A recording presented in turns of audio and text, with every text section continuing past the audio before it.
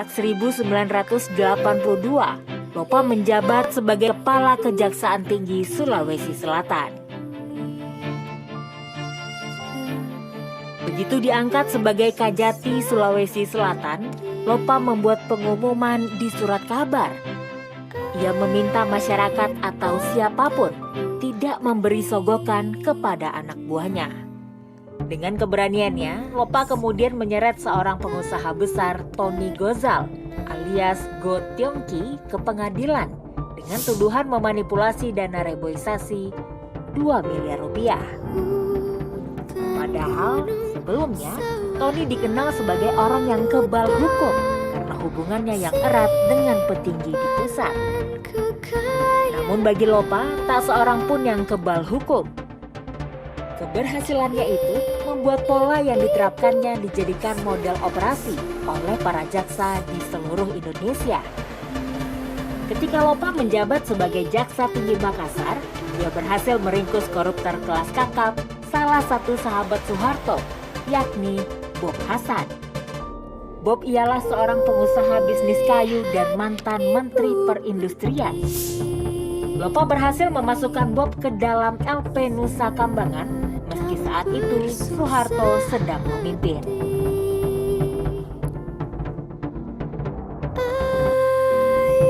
Akibatnya, setelah kejadian itu, Soeharto tahu betul pergerakan Lopa akan membahayakan kekuasaannya. Maka dari tahun 1988 hingga 1995, Lopa hanya ditugaskan sebagai Direktur Jenderal Lembaga Permasyarakatan, sehingga Lopa tidak disibukkan lagi dalam mengusut hukum. Pada tahun 1993, ia mundur dari pencalonan Gubernur Sulawesi Selatan hanya beberapa jam sebelum pemilihan. Alasannya, Lopa tidak dapat menerima rekayasa pembagian suara. 6 Juni 2001, Baharudin Lopa menjabat sebagai Jaksa Agung RI menggantikan Marzuki Darusman.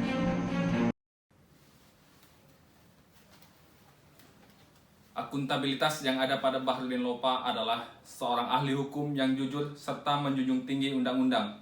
Dia tidak pandang bulu untuk menghukum para koruptor yang jelas menyimpang dan merugikan negara.